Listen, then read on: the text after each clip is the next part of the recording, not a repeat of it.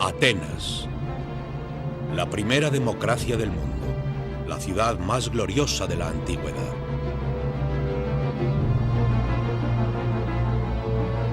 Una ciudad con riqueza y poder, centro de un inmenso imperio naval.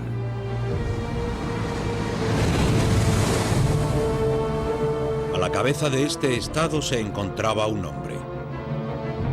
Un hombre que encarnaba todos los triunfos atenienses. Pericles. Pero Pericles iba a poner en juego todo lo que él y los atenienses habían construido. Una guerra que él esperaba que convirtiera a Atenas en la potencia indiscutible del Mediterráneo. Y este conflicto transformaría a Atenas, pero de una manera que Pericles nunca se hubiera imaginado. Convertirá a este hombre, un ateniense corriente llamado Sócrates, en el gobernante de un extraordinario nuevo imperio. Un imperio que sigue siendo el último gran legado de los griegos. El imperio del pensamiento.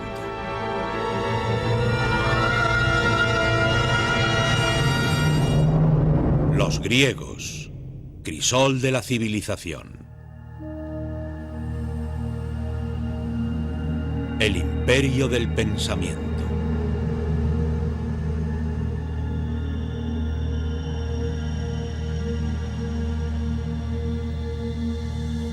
Una celda en una prisión de la ciudad de Atenas. Es el año 399 a.C. Sócrates, el filósofo más famoso del mundo, se prepara para su ejecución. Le rodea una ciudad arruinada por la guerra.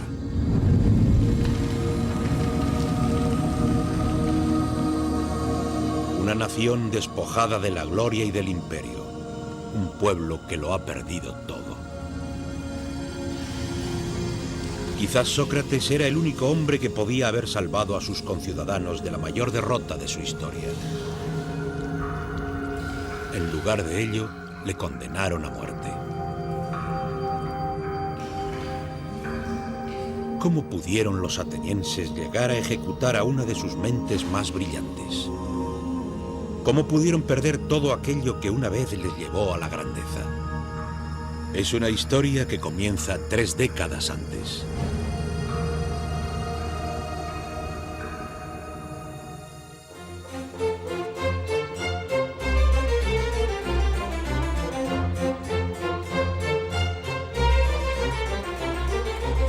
En el año 431 a.C., la ciudad-estado de Atenas era la mayor potencia del Mediterráneo.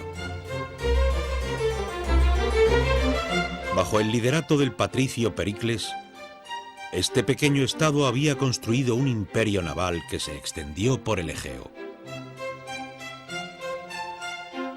Su enorme flota de trirremes era la más poderosa de la época.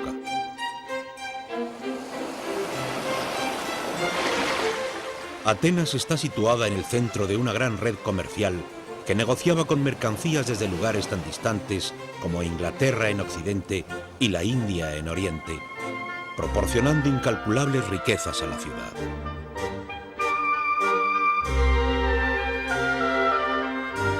Y Pericles había dedicado su vida a lograr que esta ciudad fuera la más gloriosa del mundo antiguo. Él encargó el Partenón, un grandioso templo para la diosa Atenea. Uno de los monumentos más extraordinarios de la historia.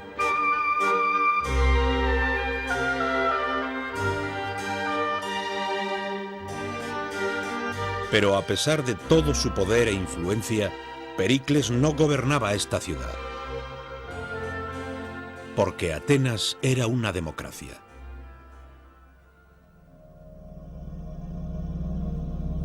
Esta es la zona de asamblea del Pnyx, hogar de la democracia ateniense.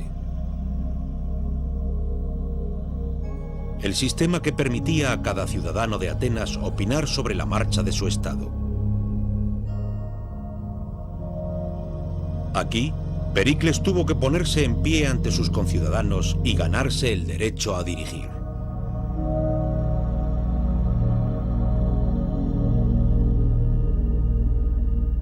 Un día, en el año 431 a.C., Pericles se subió al podium y presentó a los atenienses un osado y novedoso plan. Una propuesta que ofrecería a los atenienses su gloria suprema. Pericles pretendía derrotar al último rival de Atenas, la ciudad-estado de Esparta. Esparta era el único estado que competía con el poder de Atenas. Los espartanos controlaban todo el sur de Grecia y tenían una temible fuerza militar. Sus ciudadanos se preparaban desde su nacimiento para la guerra.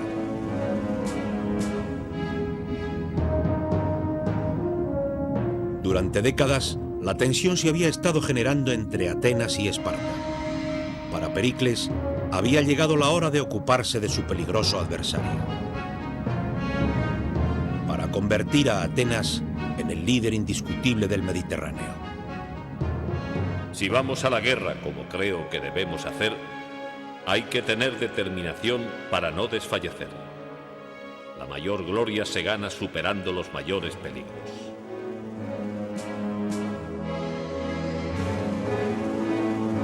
La asamblea apoyó el plan de Pericles. Los atenienses nunca se achicaban ante la lucha. Los antiguos griegos en general no eran ni por asomo amantes de la paz. La paz era la interrupción de la guerra y no lo contrario. Y los atenienses eran tan belicosos como otros griegos cualesquiera.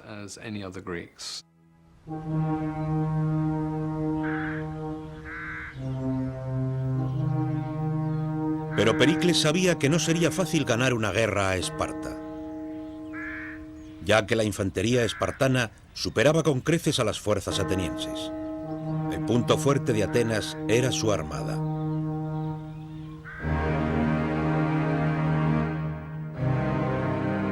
Así que Pericles propuso una estrategia de asombrosa complejidad y sofisticación. Convenció a los atenienses para que abandonaran la tierra que rodeaba a Atenas y se retiraran tras los grandes muros que se extendían desde la ciudad hasta su puerto de El Pireo.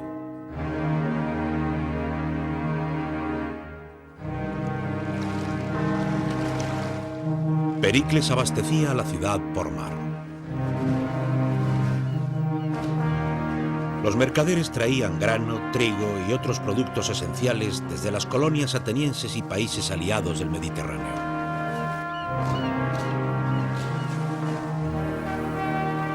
Protegidos por la poderosa flota ateniense.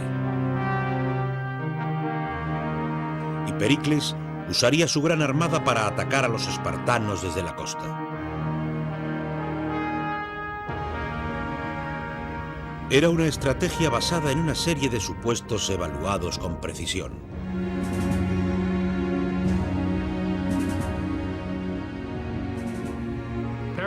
Pericles esperaba que después de un año o dos, pero no más de 3, los espartanos se dieran cuenta de que no podrían ganar la guerra, porque los atenienses jamás se prestarían a una batalla de infantería, lo que los espartanos necesitaban para ganar, ya que no disponían de ninguna otra arma.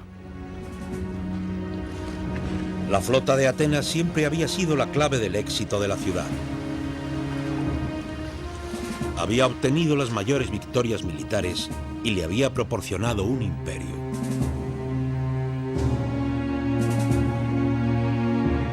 Pericles estaba seguro de que ahora esta flota podía proporcionar a Atenas su mayor triunfo.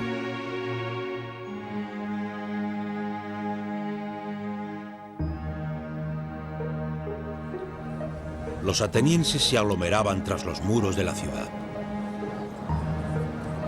Confiando en su visión de poder imperial y gloria, asumieron que la estrategia de Pericles solo proporcionaría la victoria.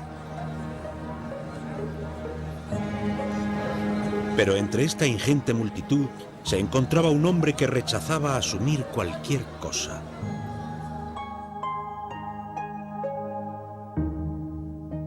Un hombre único en la sociedad ateniense. un hombre llamado Sócrates.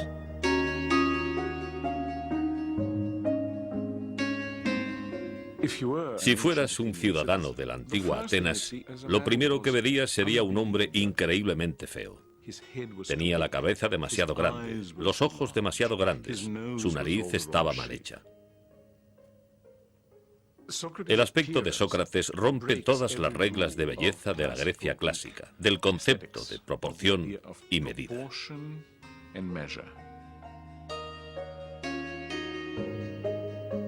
Sócrates caminaba descalzo por las calles de Atenas, vestido con una túnica sucia. No le preocupaba su aspecto, ni ninguna otra convención de la época.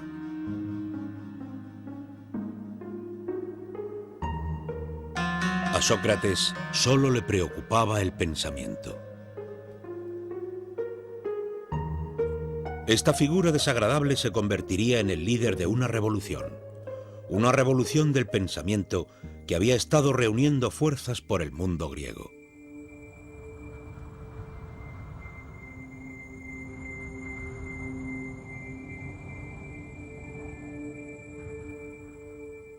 Durante miles de años, la humanidad había asumido que el mundo que le rodeaba, el sol, las estrellas y la luna, eran dioses y espíritus.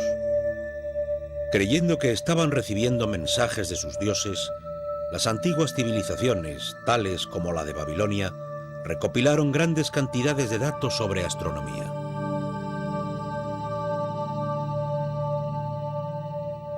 Este detallado calendario astronómico de los archivos de Babilonia registra el orto y el ocaso de las constelaciones y de los dioses que éstas representaban.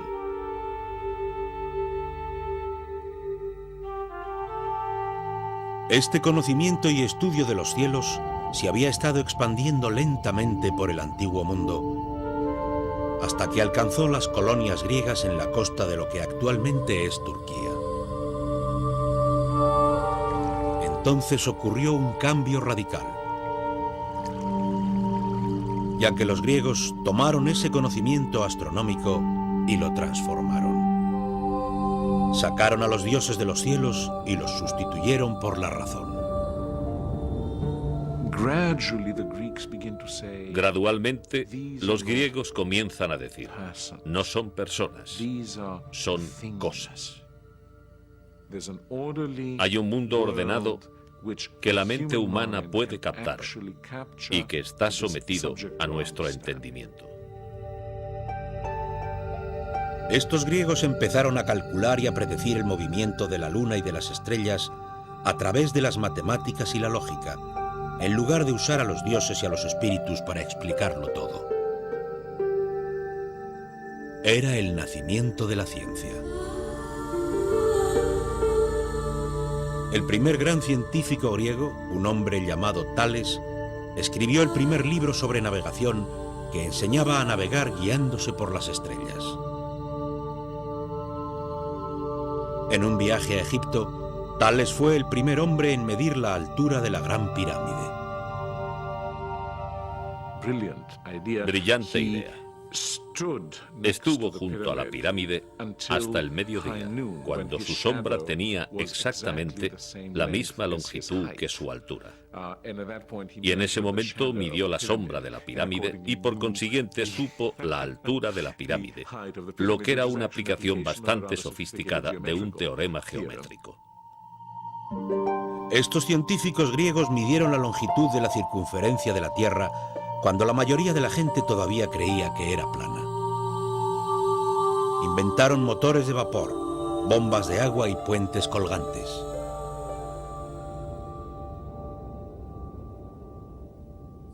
Pero a Sócrates no le interesaba la mecánica del mundo físico. Usó su nuevo modo de pensar, utilizando la razón y la lógica para estudiar a la gente. El gran cambio viene con Sócrates, que da la espalda, por así decirlo, al mundo de la naturaleza. Lo que a él le importa es el individuo, que se convierte en objeto de estudio y atención. Sócrates se pasaba el día conversando, caminando por las calles de Atenas, hablando y debatiendo con cualquiera que se encontrara. Con unas 150.000 personas aglomeradas tras los muros de Atenas, estaba en su elemento. Una de las cosas más asombrosas de Sócrates es que es el primer individuo urbano fanático. Le encanta la ciudad.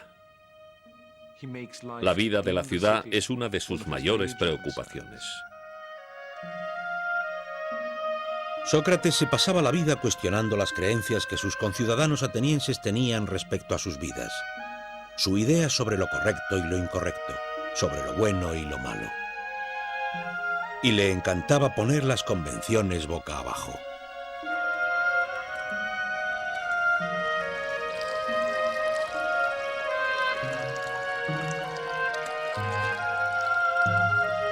Uno de los seguidores de Sócrates escribió sobre cómo al final de una cena donde todos estaban borrachos, Sócrates demostró a un invitado que él era el más guapo de los dos.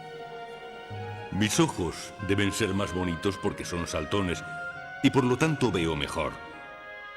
Y por la misma regla de 3, mi nariz es más bonita porque tengo unos orificios muy grandes y así puedo absorber más aromas. Era típico de Sócrates examinar de nuevo el mundo usando la lógica y la razón. Sócrates dice: debes tomar cada decisión atendiendo a tu entendimiento sobre lo que es bueno y lo que no es bueno, lo que es correcto y lo que es incorrecto. Para Sócrates, su libertad de pensamiento era primordial, aunque esto significara tener que alterar toda noción sobre una nariz bonita. Os diré que no dejéis pasar ni un día sin discutir las cosas sobre las cuales me oís hablar. Una vida sin este tipo de examen no merece la pena.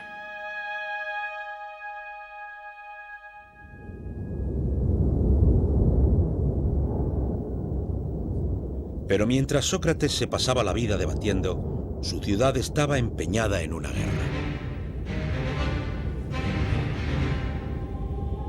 Los espartanos invadieron el territorio ateniense e incendiaron las tierras de labranza que rodeaban la ciudad. Los atenienses estaban cada vez más inquietos. Podían ver desde los muros de la ciudad cómo destruían sus campos y cultivos. Pero tal era la reputación de Pericles que se las arregló para convencer a los atenienses de que siguieran apoyando su plan. La ciudad podía confiar en su flota y en las mercancías provenientes de todo el mundo para su suministro. Pero lo que Pericles ignoraba era que su flota transportaba una amenaza aún mayor.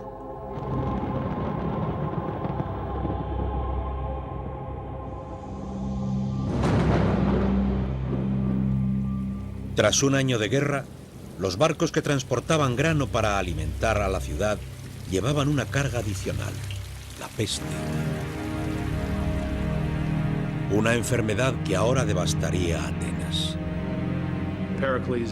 El plan de Pericles no pudo anticiparse a las dificultades que podían presentarse en aquellas circunstancias de aglomeración multitudinaria, y los resultados fueron horribles. Con la población agolpada tras los muros de la ciudad, la epidemia se expandió como las llamas. Los síntomas eran terribles. El historiador ateniense Tucídides, que vivió estos años, describió sus efectos.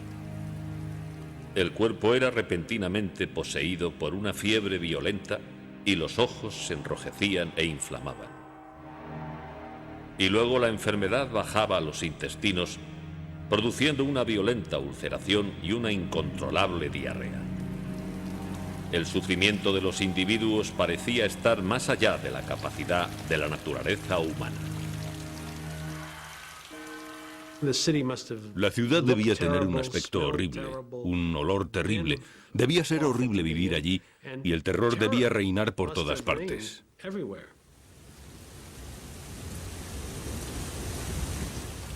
Los afectados, sacudidos por la fiebre y por una sed terrible, se arrastraban hasta los depósitos de la ciudad y conductos de agua para morir.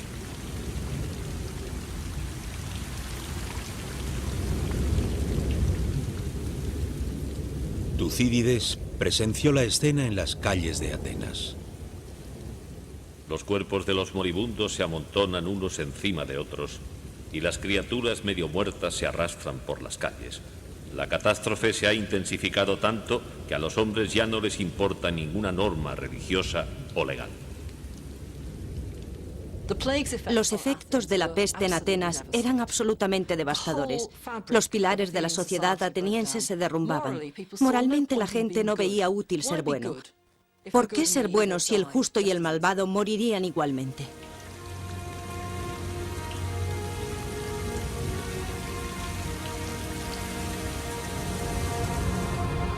La peste mató a alrededor de 1/3 de la población de Atenas.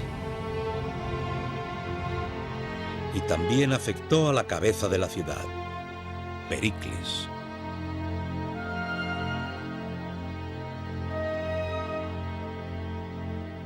Plutarco, biógrafo de Pericles, describió sus síntomas. La plaga afectó a Pericles, no con ataques agudos y violentos, sino con un agudo y persistente mal que agotaría las fuerzas de su cuerpo y debilitaría su noble alma.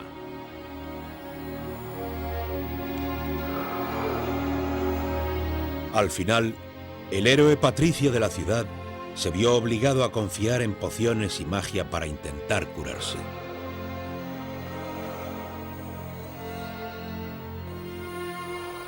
Mostró a uno de sus amigos un amuleto que una mujer le había colgado alrededor del cuello, como si le quisiera decir que estaba tan enfermo que había admitido semejante tontería.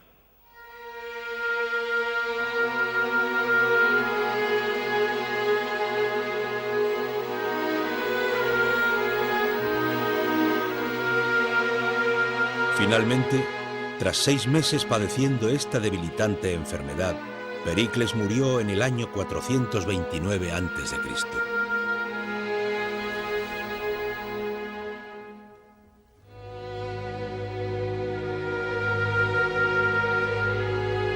Pericles había planeado convertir a Atenas en la mayor potencia del Mediterráneo.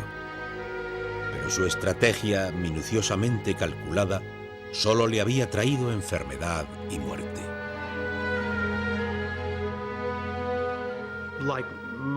Al igual que la mayoría de los hombres brillantes, al igual que la mayoría de la gente que había tenido un gran éxito en sus vidas, Pericles ignoraba hasta qué punto las cosas pueden estar fuera del control de la mayor inteligencia y de las mejores mentes.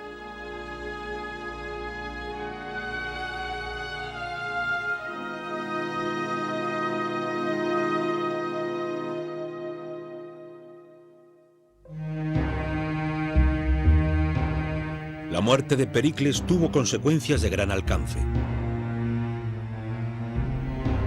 Pronto estuvo claro que este hombre había sido el eje del Estado ateniense. Las crónicas de Plutarco dicen que los cambios fueron bruscos y dramáticos. Aquellos que, mientras él vivió, disintieron de la gran autoridad de Pericles, ahora se dan cuenta de que fue el principal protector de la seguridad pública y ahora lo seguía una enorme corrupción.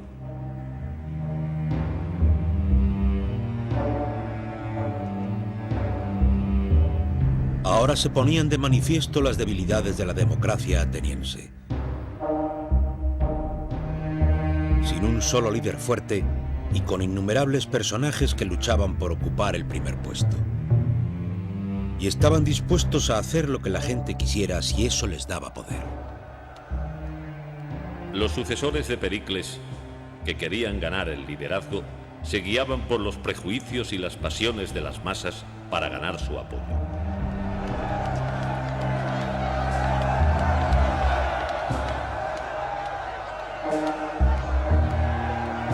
La democracia ateniense revelaba un novedoso y terrorífico potencial. De ser arrastrada por los caprichos de la masa.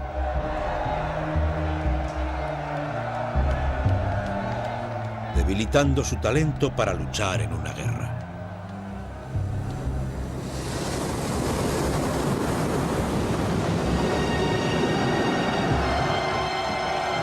Mientras el conflicto se endurecía, una fuerza naval ateniense ganó una batalla contra los espartanos en unos bravos mares azotados por las tormentas.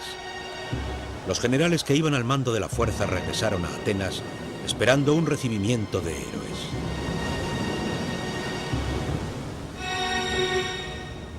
En lugar de ello, les encarcelaron.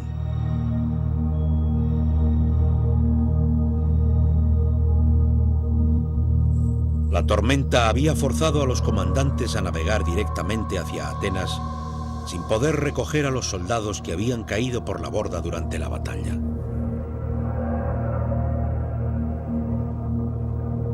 Unos demagógicos oradores habían convencido a la asamblea de que esta falta en el rescate era un crimen tan espantoso que todos los generales debían ser juzgados y ejecutados.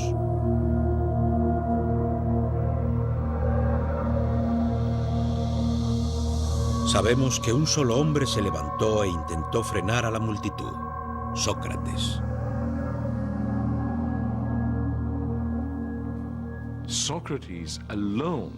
Sócrates luchaba solo contra la reacción del público, que era muy agresiva y enloquecida, y dijo que no lo estaban haciendo bien, que él votaría en contra. El principio de Sócrates de cuestionar a la sociedad en la que vivía ahora tenía un propósito real y práctico.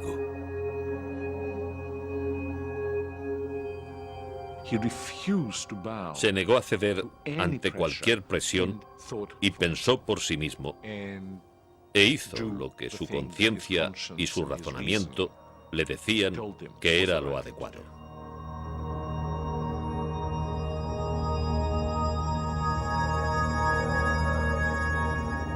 Pero al fin y al cabo, Sócrates era la única voz entre la multitud y no podía ejercer ninguna influencia sobre la asamblea. Condenaron a los generales a muerte haciéndoles beber cicuta.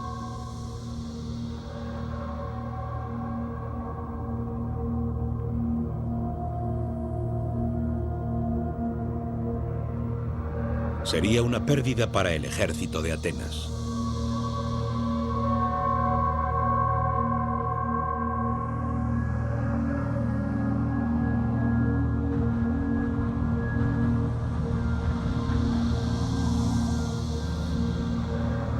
Con la asamblea en manos de déspotas que solo se preocupaban de sí mismos, la otrora gloriosa Atenas empezó a perder su rumbo.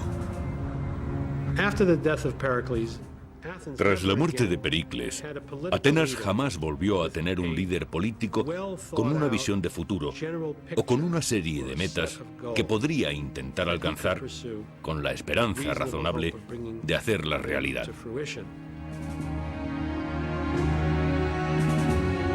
La guerra contra Esparta degeneró en un duro y amargo conflicto que duró toda una década.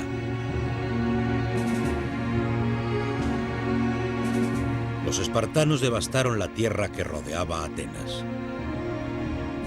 Mientras, todavía la flota proporcionaba los suministros a la ciudad. Pero ninguna parte era capaz de vencer a la otra.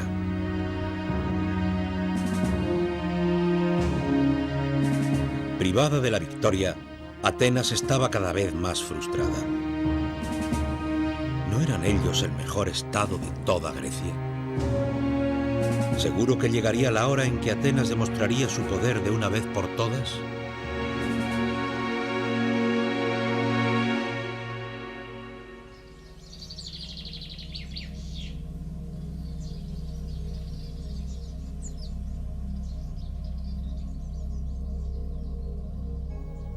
Entonces, en el año 416 a.C., se hizo una atrevida propuesta a la asamblea. Una propuesta que, aunque no derrotara a los espartanos, al menos satisfaría el hambre de gloria de Atenas. Una pequeña colonia griega situada en la isla de Sicilia había pedido protección. Protección ante un vecino aliado con Esparta. ¿Por qué no acudían los atenienses en su ayuda? ¿Humillarían a su adversario espartano y quizás conquistarían Sicilia al mismo tiempo? Entonces un ateniense se dirigió a la asamblea. Así es como ganamos nuestro imperio, y así se han ganado todos los imperios.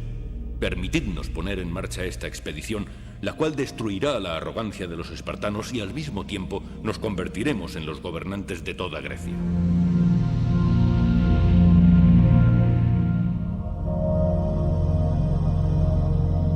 Era un plan osado que debía ser ejecutado a gran escala y que requería una flota de guerra y un ejército de unos 10.000 hombres.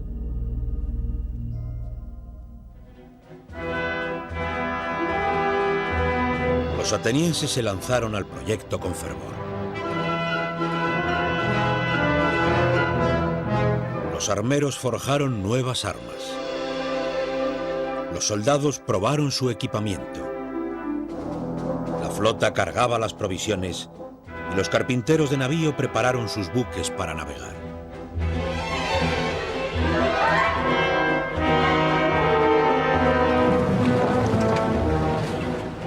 Entonces, entre una gran fanfarria, la poderosa fuerza invasora partió hacia Sicilia.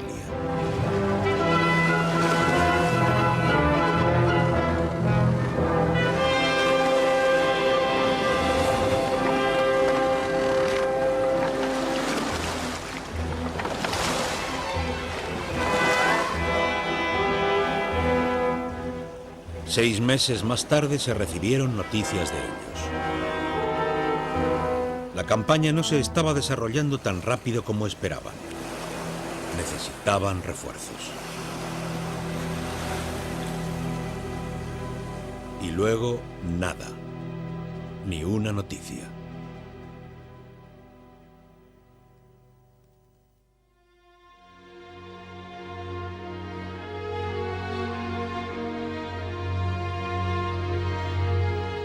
En el otoño del 413 a.C., un marinero llegó a la ciudad.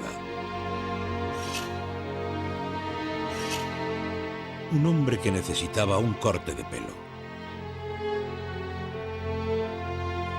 Y mientras hablaba con su barbero, le contó un estremecedor relato sobre una inmensa y terrible matanza.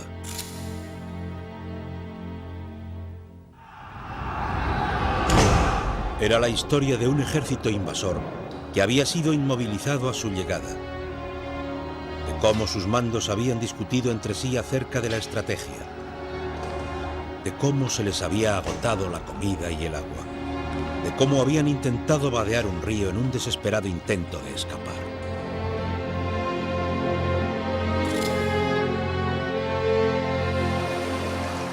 Entraron precipitadamente. La disciplina se había perdido y cada hombre quería ser el primero en cruzar. Se tiraban unos encima de otros y se pisaban los unos a los otros y bebían insaciablemente. El agua estaba sucia, pero aún así continuaban bebiendo lodo, sangre y de todo. Una capa de muerte yacía en el lecho del río.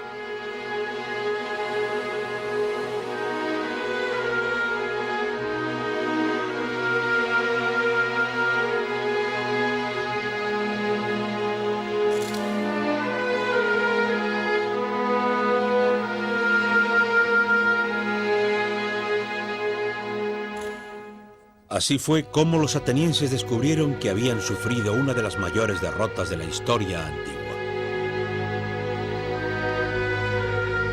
Unos 50.000 hombres habían sido asesinados o apresados. 2 flotas enteras de preciadas trirremes atenienses habían sido destruidas. La campaña siciliana fue un desastre por diversas razones.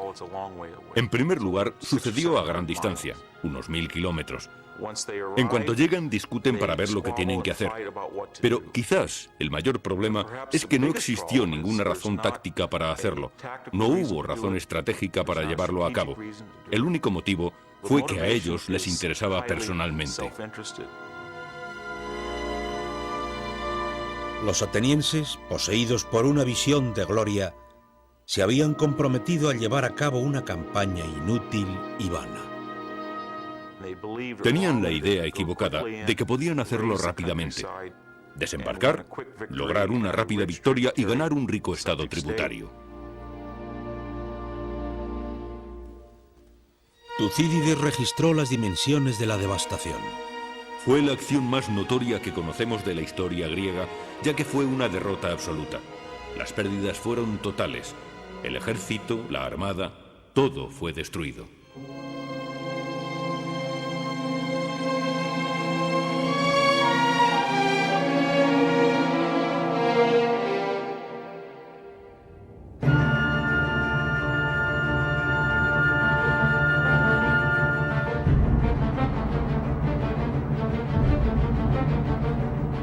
Con la fuerza militar ateniense debilitada, el enemigo comenzó a avanzar.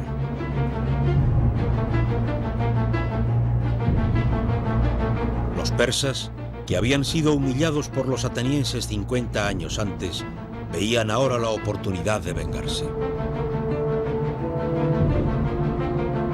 Acudieron a los espartanos ofreciéndoles ayuda. Los persas lo habían estado observando detenidamente y decidieron intervenir y ayudar a los espartanos. Y esa ayuda fue en forma de remeros y barcos. Aunque Esparta no había sido una potencia naval con anterioridad, ahora tenía una flota pagada con el oro persa.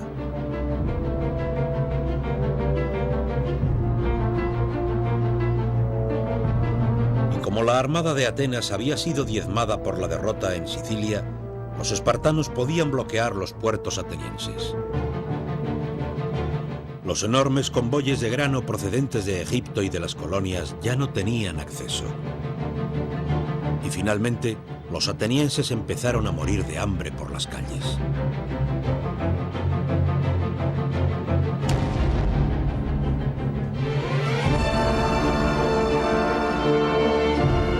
El pueblo acudió a la diosa Atenea.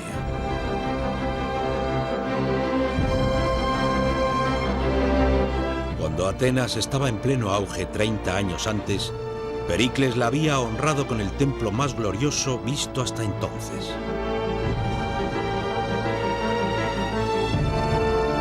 Pero la diosa no les podía ayudar.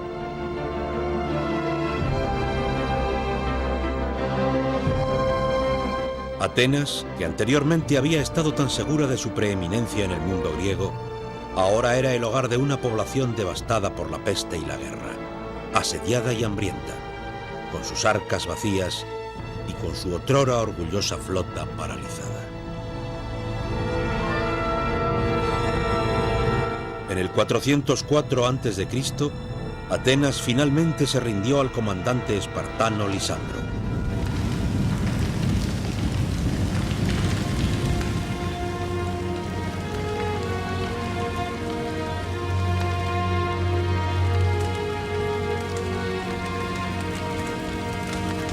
Las condiciones de los espartanos eran muy duras. Los grandes muros que habían defendido la ciudad debían ser derribados. Su flota debía ser destruida.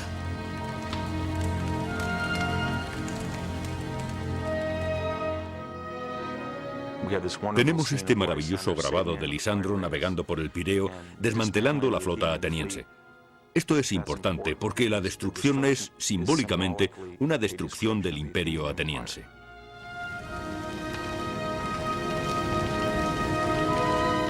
Los restos de la gigantesca armada de Atenas fueron quemados. Solo se dejaron 12 barcos.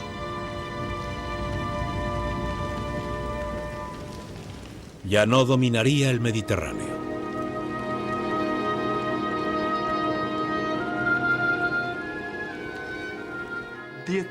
Los atenienses se convencieron de que podían hacer más de lo que realmente estaba a su alcance. Y creo que realmente ese es el punto en el que el potencial de lo que la democracia podía traer a Atenas se volvió en tragedia. Pudieron lograr grandes cosas, pero no pudieron alcanzar todas las grandes cosas. Pero todavía sería necesario otro acto más de vanidad y violencia antes de que los atenienses pudieran reparar su error. Y su ciudad pudiera renacer.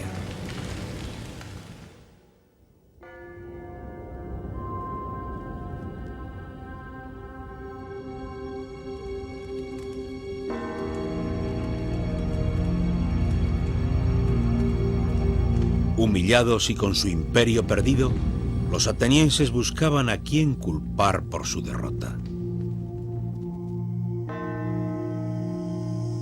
Buscaron a un enemigo dentro de los muros de su ciudad, a alguien que se hubiera atrevido a cuestionar sus sueños de supremacía.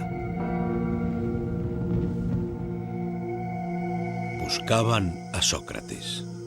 Sócrates era un crítico.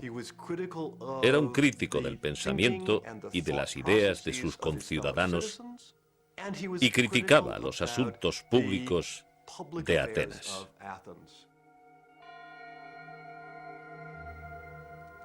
Durante unos 50 años, Sócrates había estado criticando públicamente y atacando las tradiciones de la vida ateniense, y había reunido un grupo de jóvenes seguidores.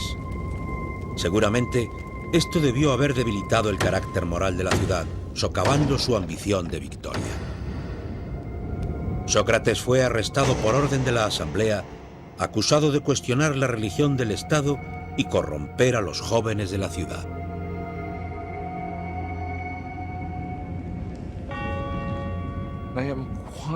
Estoy muy seguro de que, especialmente en una sociedad relativamente pequeña como Atenas, alguien que está continuamente cuestionando los principios mediante los cuales se ha gobernado la ciudad, era percibido como un gran peligro por algunas personas de esta sociedad.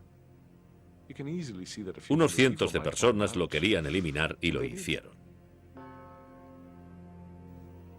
Los atenienses juzgarían al único hombre que se atrevió a cuestionar la manera de vivir sus vidas.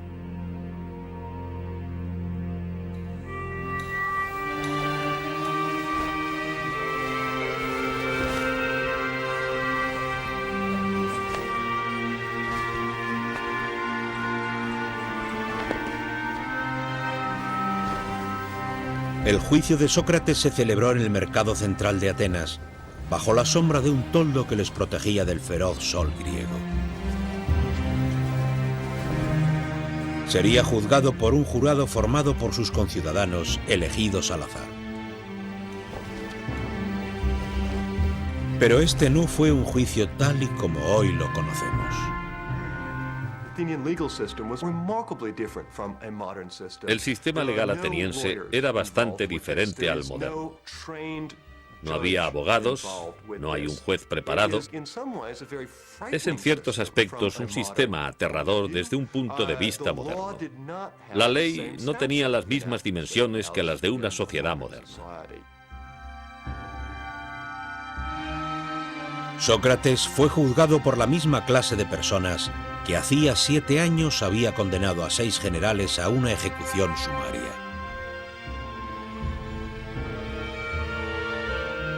Solo le concederían un tiempo limitado para defenderse a sí mismo. Todos los discursos dados en los juzgados atenienses eran cronometrados con un reloj de agua. El agua caía a un ritmo constante de una vasija a otra.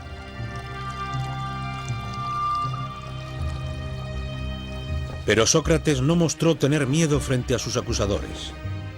De hecho, era rotundamente terco. Explica que lejos de corromper Atenas, su vida de interrogantes no había hecho más que mejorar a la ciudad.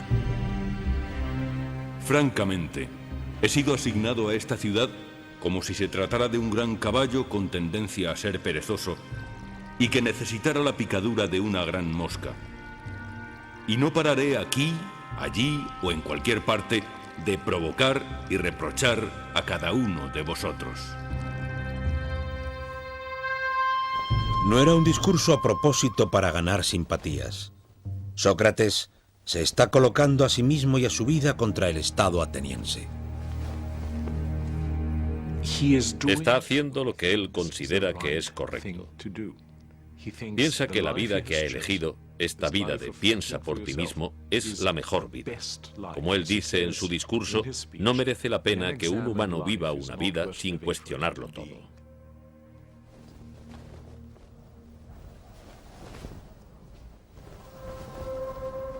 Si Sócrates se hubiera disculpado en el juicio, quizás hubiera sido absuelto. Pero en lugar de eso pidió que le concedieran cenas gratis por todo el trabajo que había hecho.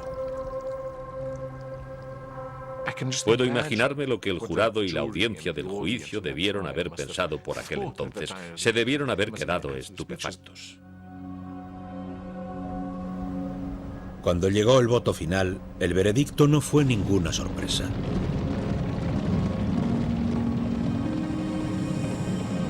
El jurado encontró a Sócrates culpable y le condenó a muerte. Pero Sócrates reaccionó con calma y serenidad.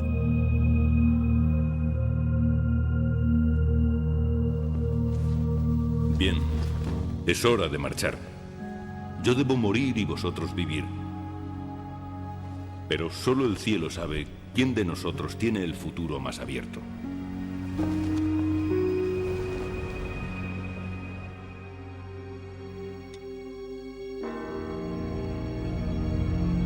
Desde el juzgado, llevaron a Sócrates a la prisión.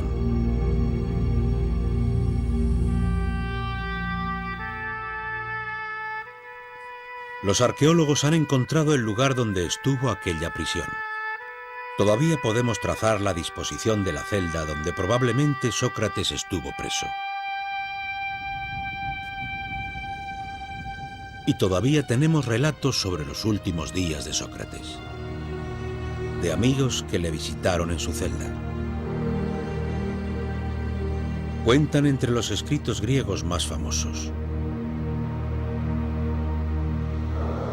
ya que con su muerte, Sócrates transformaría a Atenas.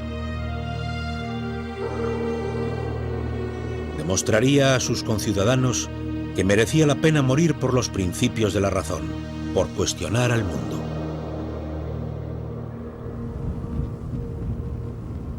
Sócrates sería ejecutado a la manera tradicional ateniense, bebiendo cicuta.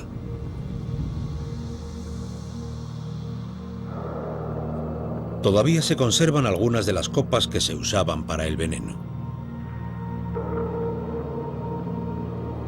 La muerte por envenenamiento con cicuta es extremadamente dolorosa, ya que el sistema nervioso central se va paralizando gradualmente. Cuando se acercaba el momento de la ejecución, Sócrates se dirigió a sus amigos tratando el asunto como si no tuviera importancia. Está llegando la hora. En otras palabras, pienso que es hora de que tome un baño. Prefiero lavarme antes de beber el veneno para que así las mujeres no tengan que molestarse en lavarme cuando esté muerto.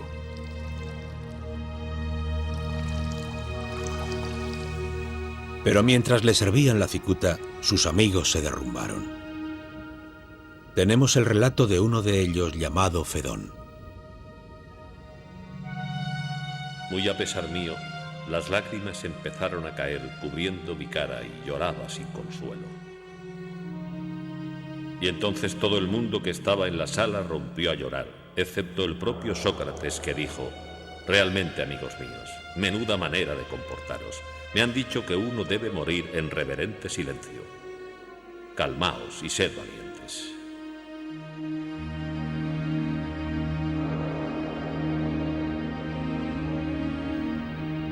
Mientras Sócrates se tumbaba en la cama y dejaba que el veneno hiciera efecto, sus amigos le observaban en silencio.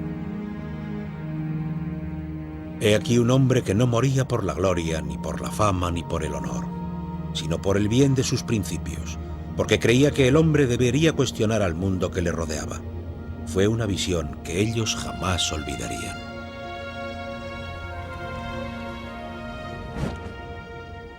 Sócrates, en su vida y en su muerte, se convierte por completo en un nuevo héroe griego.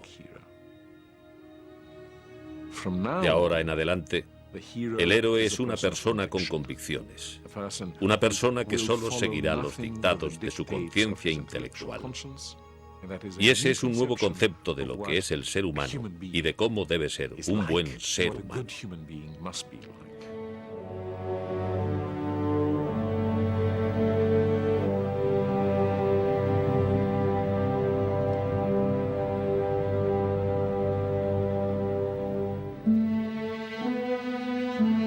Durante siglos, los atenienses habían creído en un ideal que se encarnaba en el héroe guerrero.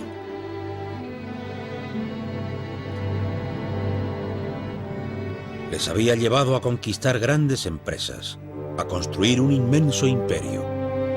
Pero ahora, en las profundidades de la derrota, descubrieron una nueva figura que venerar. Se han encontrado efigies de Sócrates entre las ruinas de la prisión ateniense. Quizás ofrendas al filósofo muerto. Quizás la lección más importante que dejó Sócrates es la necesidad de ser crítico y la necesidad de ser autocrítico.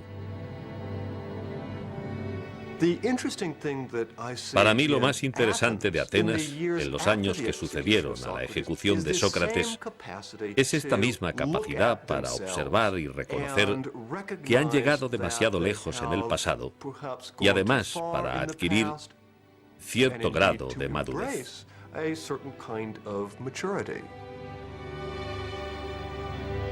Atenas no volvió a ser una gran potencia imperial. Pero tampoco su democracia cayó en el error de volver a dejarse arrastrar por la masa. En lugar de ello, se convirtió en una ciudad intelectual.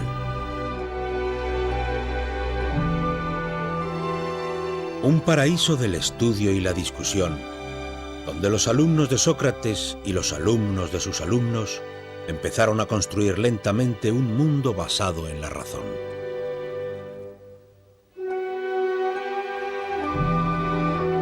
Platón intentó formular la sociedad ideal. Aristóteles estudió la naturaleza fundando la biología y la zoología. Y poco a poco, las ideas y el trabajo de estos pensadores griegos comenzaron a extenderse por el mundo. Se podría decir que la mayor parte de la energía de los atenienses se empleó en la construcción de lo que podíamos llamar imperios del pensamiento. Así que mientras antes Atenas enviaba a sus barcos a las diferentes islas para recaudar impuestos, ahora la razón extiende su dominio por todas las áreas en las cuales vivimos en la actualidad.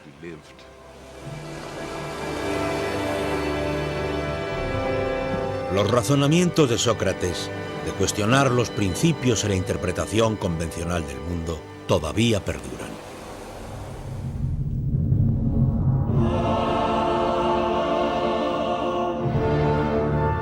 En un lapso de tiempo inferior a 200 años, los antiguos griegos transformaron su mundo.